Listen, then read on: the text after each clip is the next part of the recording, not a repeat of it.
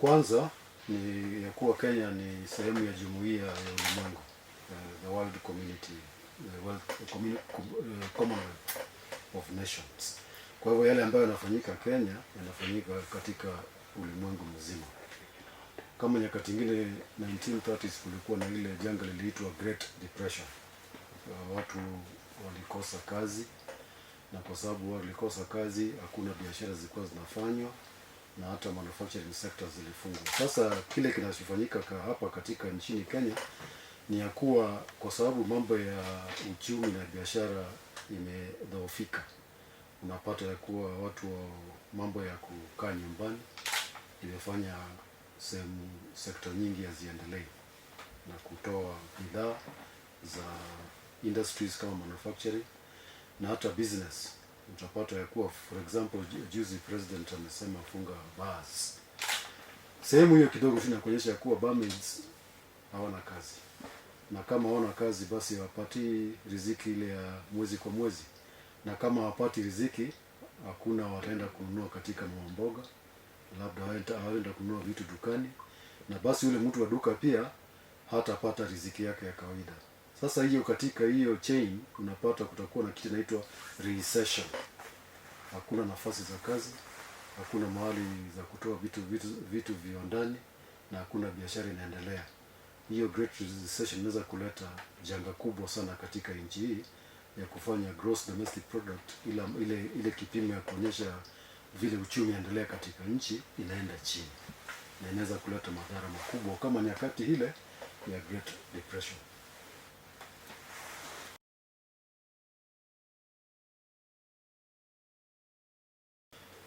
Kwanza ni the manufacturing sector, viwanda ambavyo vinatoa bidhaa. Kama watu waendi kazini, basi hizo bidhaa ambazo zinatolewa haziko, na kwa sababu haziko kunapata kuna upungufu katika maduka. Ukienda sasa kama supermarket hizi za Kakamega utapata ya kuwa bidhaa ambazo zinakuwa hapo kawaida labda nusu.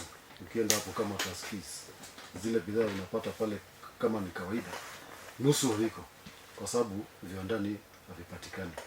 Na wale ambao wanapeana mikopo katika credit ya kuwa chukua hii credit ndio uchukue hizo bidhaa uende ukauze, pia wanaathirika.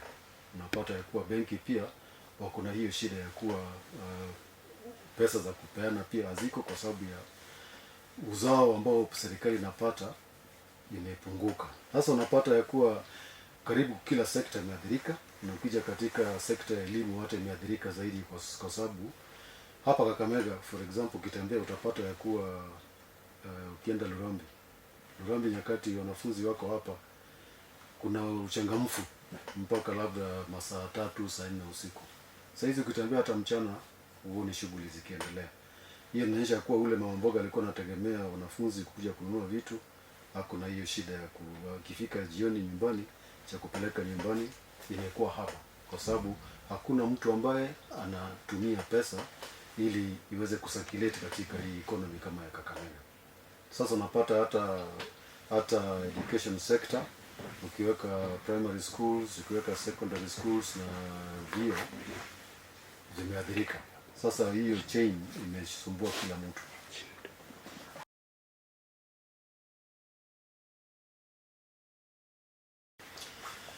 Ukianza for example kwa hiyo sehemu ya shule za utangulizi primary school, ama ukianza zote utasema ya kuwa mwaka moja tumepoteza.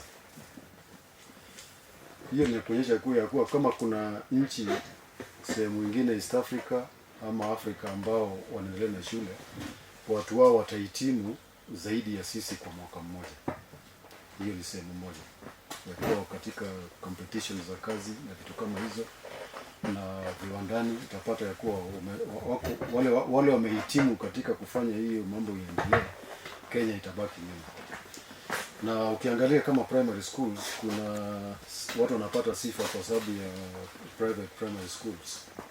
Sasa hizi zimefungwa, ziendelee. Hiyo ni hatari moja ya kuwa wale ambao walikuwa wanafanya kazi kule, uwe mwalimu, uwe mtendakazi katika compound uko nyumbani. Na kwa sababu hakuna hiyo fedha ya fees, kuna hiyo shida. Ukija katika hata shule za serikali, kuna wale ambao wanaajiriwa na board, wako nyumbani na hawana mshahara. Ukisoma magazeti unakuambia kila mtu anajaribu kupata riziki kwa njia nyingine ama nyingine. Na hizo primary schools ambazo ni private, hata nyakati ambapo janga litakuwa limepunguka, itakuwa ngumu kuzifungua kwa sababu ya hiyo maneno ya kuwa kuna vitu zingine ambazo hata kama umefunga lazima ulipe watchman. Usipolipa watchman utapata ya kuwa vile buildings na vifaa ambazo zinaweza kuwa katika compound zinaharibika. Maji lazima ulipe, sitima lazima ulipe. Kwa hivyo kuna hiyo sehemu ambazo watu wanalipa na hakuna mshahara inaingia, na inafanyika katika hizi sehemu zote, primary school, secondary school na vyuo. Hii inakuonyesha ya kuwa mambo ya uchumi na biashara ni kweli imedhoroteka, na hiyo effect zake zinaanza kusikika sasa hivi, lakini sana sana zitazikika nyakati baada ya miezi 6-7 huko, kutoka mwezi wa 3 ambao tulianza hii maneno.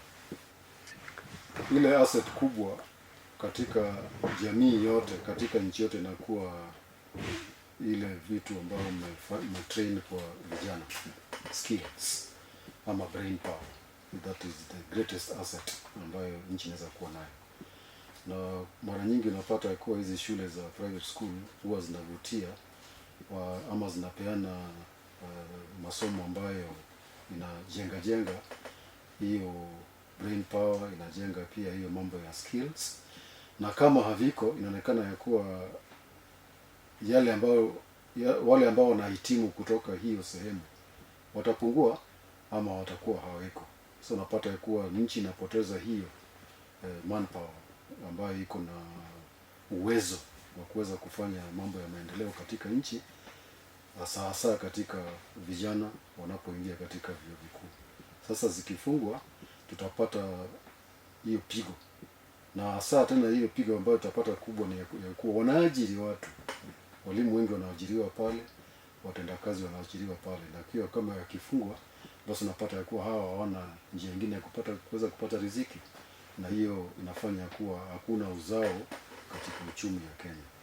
Hiyo ni janga kubwa.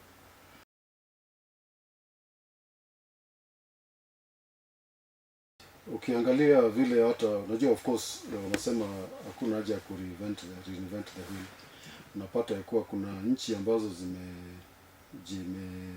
wamejimudu kuweza kufanya yale ambayo yanaitwa stimulus package. Stimulus package ni ile ya kuwa, tupeane example ambayo ni duni zaidi. Unaweza kutoka hapa nje waambie watu, unaona hii shamba, mchimbe, nitawalipa shilingi 100 kuchimba kila mtu kwa siku. Alafu kesho kuje mfunike hiyo shimo mlikuwa mmechimba, nitawalipa shilingi 100 kila siku. Mfukoni wako na pesa ngapi? 200. Na ukiangalia kitu wamefanya zaidi ni nini? Walichimba na wakafunika. No. Lakini huyu jamaa ataenda Lurambi na shilingi 200 na atumie. Na kwa kutumia kwake atachangamsha wengine, mama mboga na wengine. Sasa hiyo stimulus package inatumika kwa njia hiyo. Ukiangalia, ukitembea sasa Kakamega, utapata kuna vijana wako busy wanatengeneza barabara, kazi mtaani. Hiyo ni stimulus package. Sasa kama serikali inaweza kusaidia, wanaweza kuwa na stimulus package hata kwa sehemu ya private schools za primary ama za secondary, kitu kama hiyo. Sasa wengine wamefanya hiyo katika sectors kama America, wamefanya katika sectors mingi zaidi, lakini kwa sababu ya zile challenges tuko nazo kama Wakenya, napata unaweza, serikali imejaribu, wakianza na hiyo kazi kwa vijana wamejaribu, na itafanya, iko na sehemu itafanya. So stimulus package for sectors. Utapata benki watasema ya kuwa stimulus package yao ni kurudisha ile riba chini, interest ambayo inalipwa, na serikali ili reduce VAT na ika-reduce pia hiyo pay as you earn. Hii inasaidia kuwa ukiwa hiyo sehemu ya tax ikienda chini, unakuwa na pesa nyingi mfukoni, na hiyo pesa nyingi mfukoni ukispend inachangamsha uchumi. Sasa hii stimulus package ndio inaweza kuwa expanded katika sectors kama za elimu pia.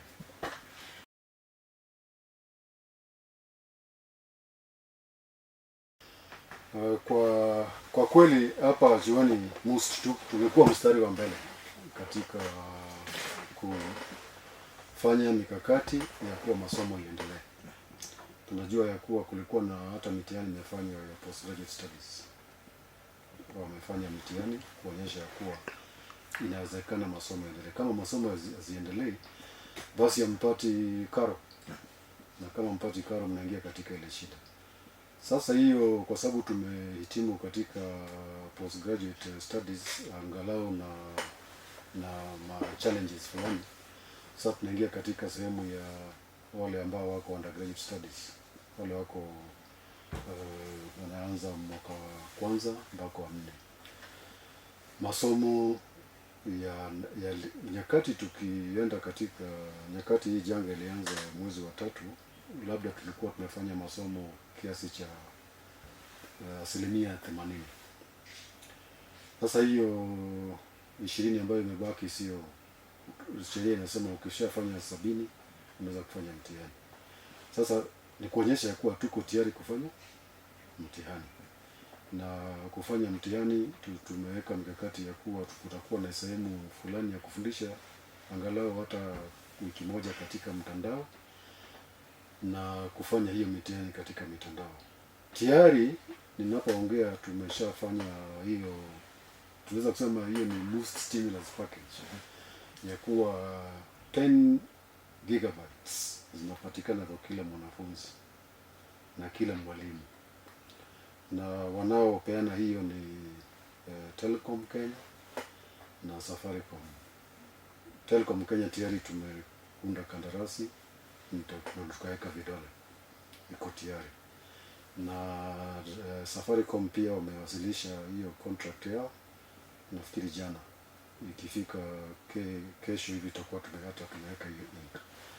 Sasa kila kijana katika wanafunzi 16,000 wamekadiriwa na wamelipiwa, wamegharimiwa hiyo 10 gigabytes za data za kufanya masomo katika mtandao na kujiandaa katika mtihani katika mtandao.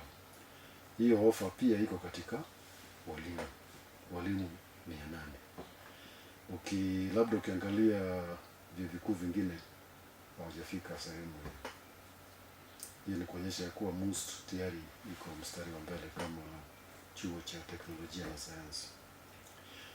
Hawalipi, bora walipe karo, lakini hizo bundles hawalipi. Ni university na gharimia hiyo. Wameweka budget katika hiyo, council yote imeweka approval. Kuzitumia kwanza lazima walipe karo. Hiyo sasa ndio inatuonyesha kwa hata sasa tuna changamoto ya kuwa katika wanafunzi 16,000 ni 1,600 ama hapo ambao wamelipa karo, na tayari wameweka katika hiyo mtandao ya kupata 10 gigabytes za data. Sasa tunajaribu kusambaza hiyo habari kwa wale wengine ya kuwa wasibaki nyuma, kwa sababu tumesikia speech ya president hii ya Monday ya kuwa watu waendelee kusoma mtandao na wafanye mtihani katika mtandao na wafanye graduation mwaka hii. Sasa MUST sibaki nyuma. Sasa mtu akilipa karo anaweka katika ile mtandao, na hiyo mtandao itatumika tu kwa mambo ya masomo. Ukijaribu kuingia katika sites zingine na switch off, inaingia katika inakula bundles zako. Unajua vijana wanakuwa na hiyo ujuaji. Kwa hivyo mipango ziko na MUST iko katika mstari wa mbele katika kudhibiti masomo katika mtandao.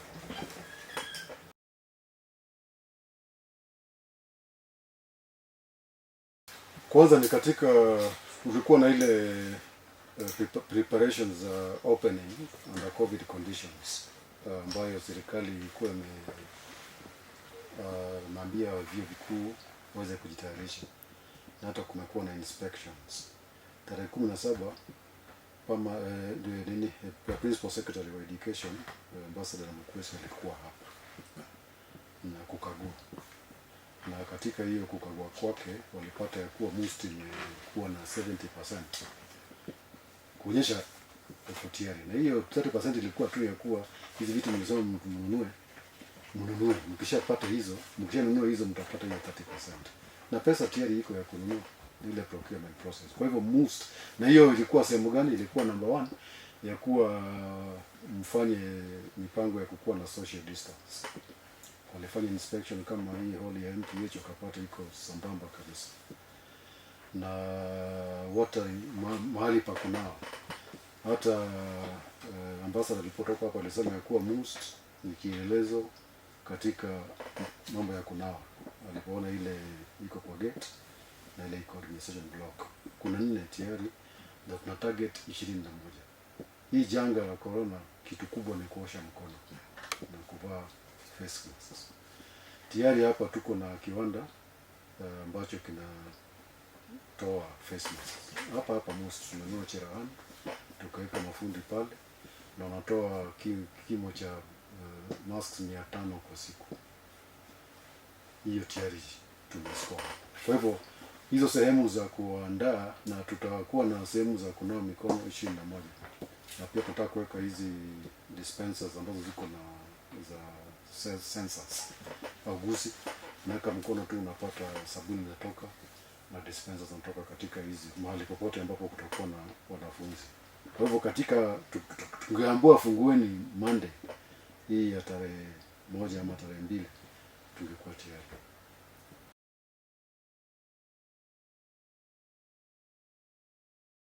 Kutakuwa na graduation.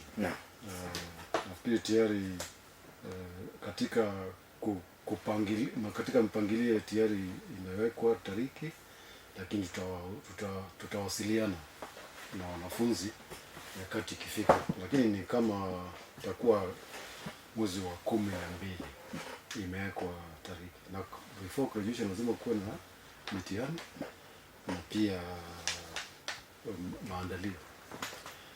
Kwa hivyo mitihani itakuwa na itafanywa katika mtandao.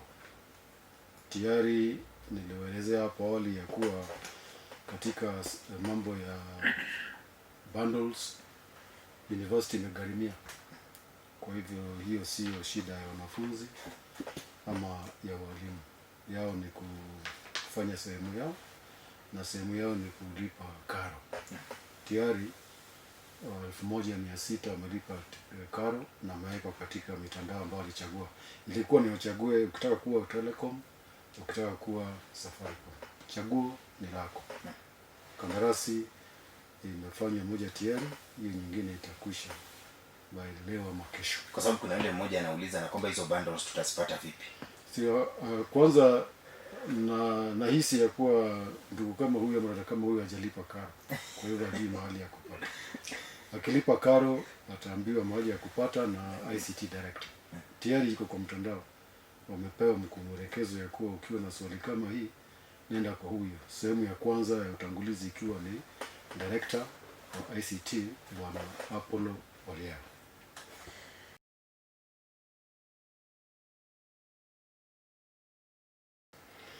Yaani itabadilisha, ndio, kwa sababu itabadilisha kwa sababu nini, itataka ya kuwa zile vitu ambazo zinazotoa ambazo zile tuna produce ama zile vitu ambazo tunafanya ziweze kudhuru na kuleta madhara ya COVID-19 ama virusi vingine. Sasa vile tunajidhibiti ni ya kuwa kuna sehemu moja ya serikali ama taasisi ya serikali ambayo inasimamia mambo ya research, National Research Fund.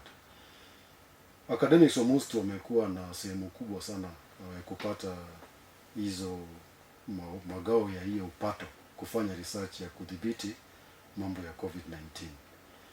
Hapa chuoni tumefaidika sana na hiyo. Hiyo ni sehemu moja ya kuweza kujua ya kuwa ile ambayo vitu tunafanya zinaambatana na COVID-19. Sisi wenyewe kama chuo tumeweka mikakati ambayo ni sasa ni ile ambayo tunaendelea nayo kwa dakika hii, ni moja ya milioni 15 kuweza kufanya vitu ambazo tukifanya zitatufanya tuambatane na hizi maagizo ya kufanya biashara kulingana na yale ambayo hayatadhuru mambo ya COVID-19. Kwa hivyo nafikiri chuo itafaidika, na sana sana ambayo faida kubwa ambayo tumepata zaidi ni ya kuwa katika masomo hii, katika mikakati ya kupeana masomo, tusikuwe tu watu wa kutegemea ya kuwa mwanafunzi akuwe hapo na mwalimu akuwe hapo, ambayo imekuwa mpaka sasa. Hiyo tumehama, na nafikiri itaendelea kuwa namna hii.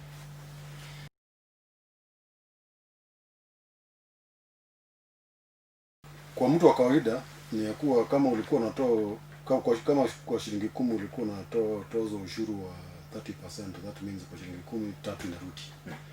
Lakini ikifanywa sasa ni 15%, ni kusema ya kuwa umebaki na shilingi 15 zaidi. Hiyo shilingi 10 unaweza kutumia kununua unga. Sasa kwa lugha kinaganaga imeongeza ile matumizi, ile pesa unaweza kubaki naye kutumia. Sasa hii inapatia nafuu mtu wa kawaida. Hata katika makampuni pia ambayo wako na hiyo shida ya kudhibiti production ambayo katika levels za kawaida, wakipewa hiyo, wakipunguziwa hiyo mzigo ya VAT, pia wako na hiyo kudhibiti ya kuwa sasa wanaweza kufanya biashara zile viwango vya kulipa ama kugharimia vitu zao za kawaida inarudi chini, kwa sababu wamepata nafuu ya kupunguziwa VAT. Hii inasaidia kama stimulus ya kuweka pesa katika mikono ya viwanda, wanaosimamia viwanda, pesa katika watu binafsi pia. Imesaidia.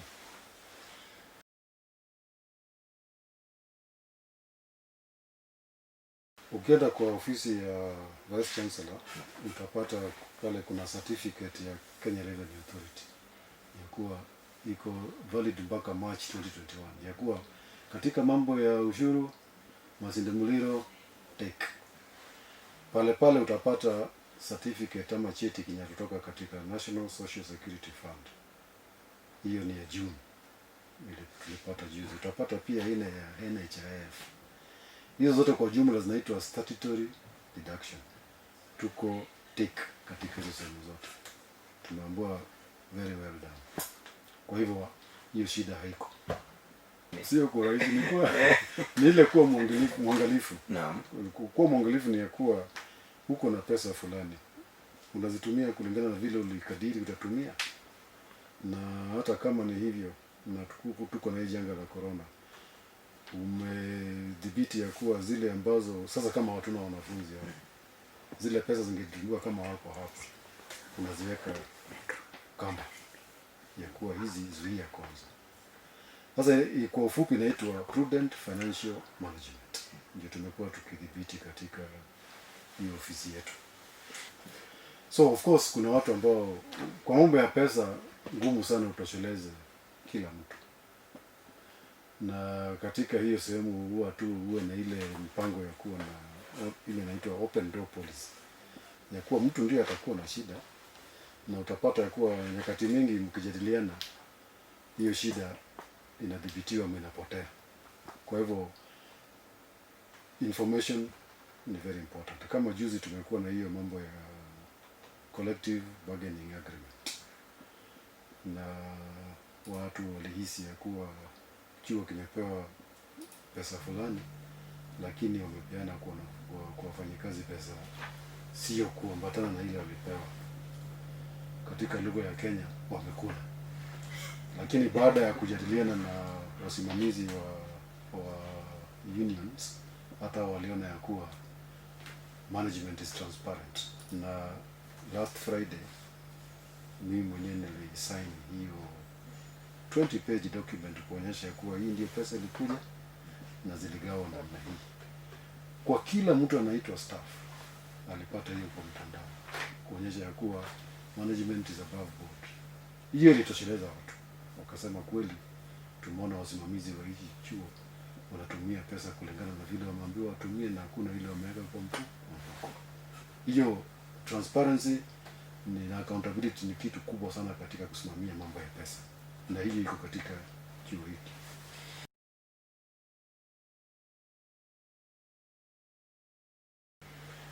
Kwanza kuna usemi unasema ya kuwa plan like you are here for 100 years, but live like you're here today only. Ama kwa sehemu nyingine ya kuwa those who fail to plan to fail. Lazima uwe na mpango, na ukiwa binadamu kuwa na mpango wa kuona mbali, long term.